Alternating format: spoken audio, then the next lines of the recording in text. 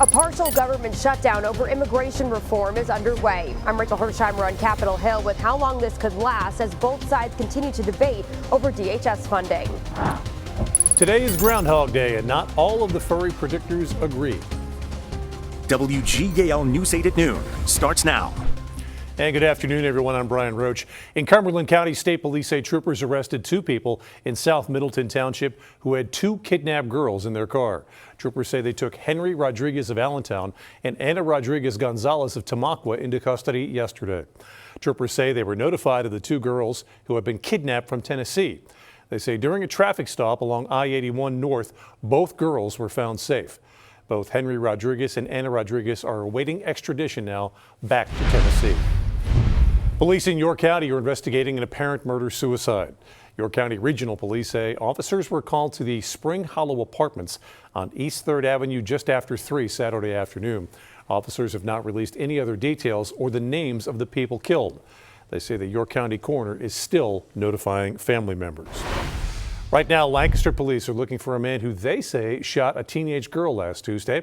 Officers say the suspect is 22-year-old Darius Edmond. They say they responded to a home on South Pearl Street around 2:15 in the morning for reports of gunshots. Police say they found the victim with a non-life-threatening injury. A Juniata High School student has died after a vehicle accident. The school district has not released the student's name or when the accident actually happened. The district is making support staff available at the school today, and the National Suicide and Crisis Lifeline is available 24/7. Just call or text 988. Governor Josh Shapiro is planning to deliver his budget address this week. It will be given at the state capitol in Harrisburg.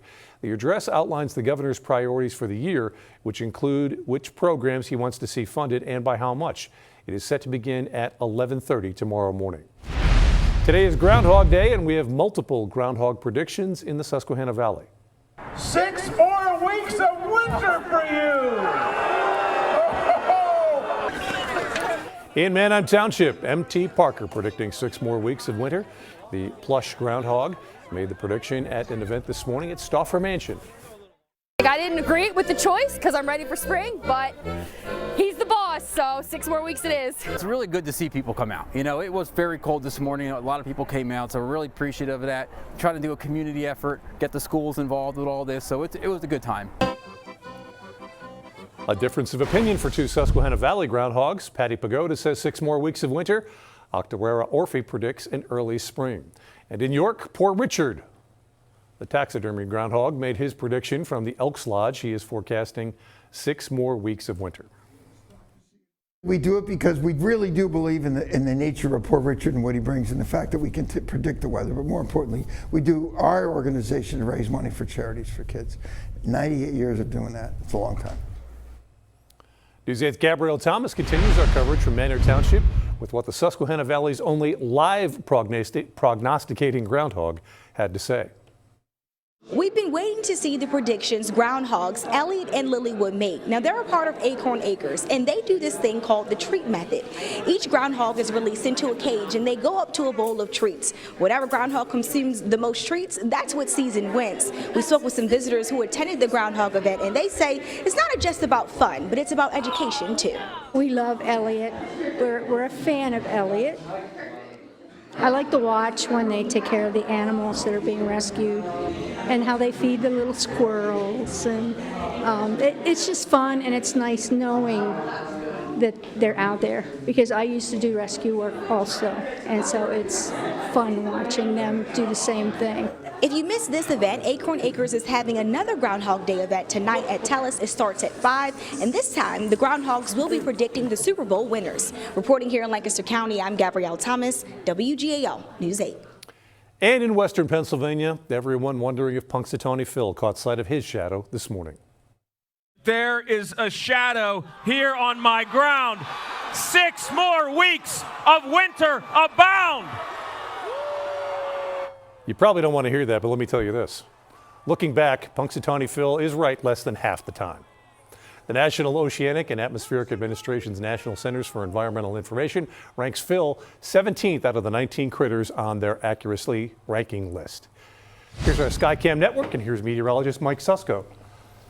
Hey, good afternoon, Brian, and everyone here. We are definitely looking like it's going to be more towards 6 weeks of winter here. When we look at the February temperature outlook, it's expected to be below average. So Phil and the others may be right this year here, because it does look like, at least with February, it's going to be trend colder than average. And as we take a look at what we're tracking, plenty of sunshine today with wind chills in the teens. Below average temperatures, though, will continue, and by the end of the week, a chance for some light snow maybe as we go into Friday afternoon, including here in Adams County. You're looking outside Gettysburg, lots of sunshine, but very reflective off of that snowpack still and across the area right now. Temperatures are in the 20s, 27 in Harrisburg, as well as York, Carlisle, and Gettysburg. The warm spots at 28, 25 in Lancaster, and 26 in Chambersburg. Winds are out of the northwest here around 5 to 15 miles per hour, and that's definitely going to make you feel like the teens throughout the day today. Storm Team Live Radar Network is looking quiet across the area, which is good news. And when we look at the 12-hour forecast, you can see a high around 30 degrees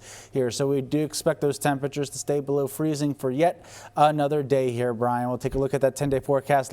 And we'll see if there's any chance of us getting above freezing within the next week to week and a half. For the record, Mike, I have more faith in you than a groundhog. House Speaker Mike Johnson signaled the partial government shutdown will likely extend into this week. This comes as Republicans and Democrats are at odds over funding for the Department of Homeland Security. News 8's Washington correspondent Rachel Hersheimer has more. Democrats are demanding a number of reforms to immigration operations across the country. They want these ICE agents to take their masks off. They want them to wear body-worn cameras, and they also want these officials to have judicial warrants before taking anyone into custody. At the same time, House Republicans are making their own demands as they continue to support President Donald Trump's crackdown on immigration. Now, the measure approved Friday by the Senate would fund DHS temporarily for 2 weeks, giving Congress time to debate those potential new restrictions on ICE. House Speaker Mike Johnson said over the weekend he is hopeful this partial shutdown could end by tomorrow. This afternoon will be a test in the House because Johnson will need a GOP majority to advance the package. On Capitol Hill, Rachel Hersheimer, WGAL News.